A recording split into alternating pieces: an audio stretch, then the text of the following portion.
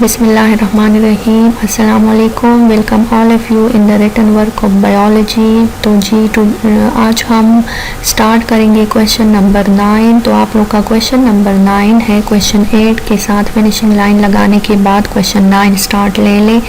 Question 9 describe Quranic verses in regard of biological science. Answer اور heading science آپ لوگ کا بلو مارکر سے ہو ود ڈبل انڈر لائننگ. اس کے بعد سٹارٹ لے لیں کہ all glory be to Allah who has guided human beings in every aspect of life according to the Quranic teachings. Allah is the only ultimate creator of all living and non-living things.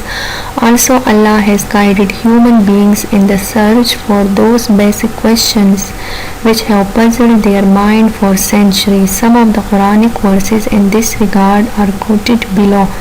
Okay. تو آپ لوگ کے پاس first ہے. آپ لوگ کیسے right کرو گے؟ اگر آپ لوگ یہ آیات جو ہے، یہ ورسز جو ہے، یہاں سے رائٹ کرنا چاہتے ہیں یا اپنے بک سے رائٹ کرنا چاہتے ہیں تو وہاں سے رائٹ کر سکتے ہیں. اس کے بعد آپ لوگ کا ہیڈنگ ہوگا سورہ سجدہ آیت 7 ود اردو ٹرانسلیشن. ٹھیک ہے، تو آپ لوگ پھر اردو ٹرانسلیشن لکھو گے. جس نے ہر چیز کو بہت اچھی طرح بنایا، اس کو پیدا کیا اور انسان کی پیدائش کو مٹی سے شروع کیا.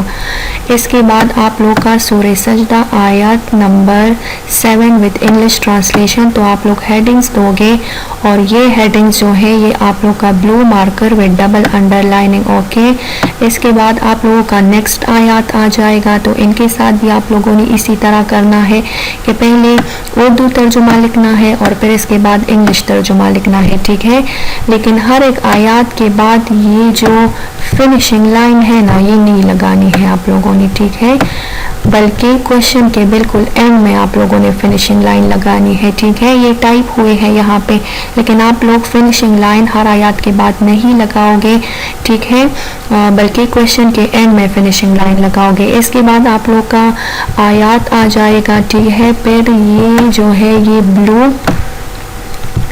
مارکر سے ود ڈبل انڈر لائننگ. ٹھیک ہے، جو بلیک سے لکھے ہیں آپ لوگوں نے وہ بلیک سے نہیں لکھنے ہیں، بلو سے لکھنے ہیں. اردو ترجمہ ہو جائے گا. اردو ترجمہ کے بعد آپ لوگوں کا ہو جائے گا ان کی انگلش جو ٹرانسلیشن ہے وہ ہو جائے گی. ٹھیک ہے، یہ ہیڈنگ ہوگی آپ لوگوں کے نیکسٹ آیات کے ساتھ جو ہے. اگر آپ لوگ بار بار بتا رہی ہوں آیات بک سے رائٹ کرنا چاہتے ہیں تو کر سکتے ہیں.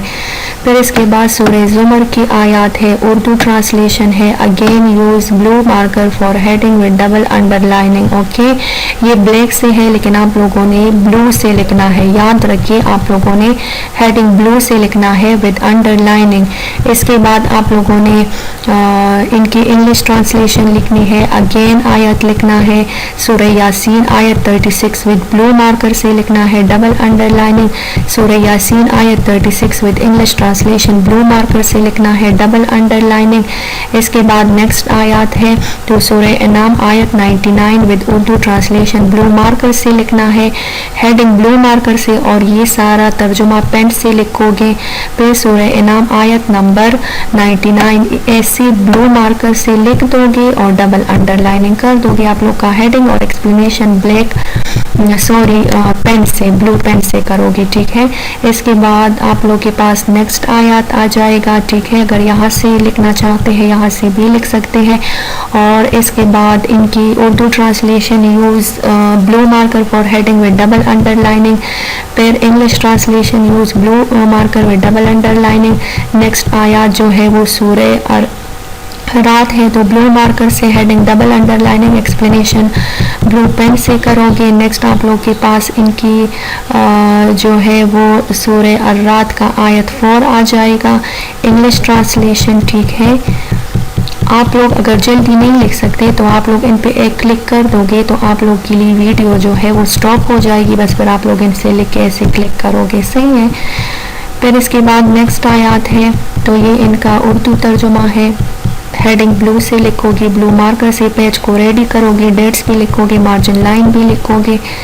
نیکسٹ آپ لوگ کے پاس نیکسٹ آیات آ جائے گا اور فنیشنگ لائن جو ہے وہ ہر ایک آیت کے بعد نہیں لگانی ہے بلکہ لاسٹ میں کلیکٹیولی ایک ہی فنیشنگ لائن لگے گا آپ لوگ کا. نیکسٹ یہ آیات ہے، یہ ان کا اردو ترجمہ ہے.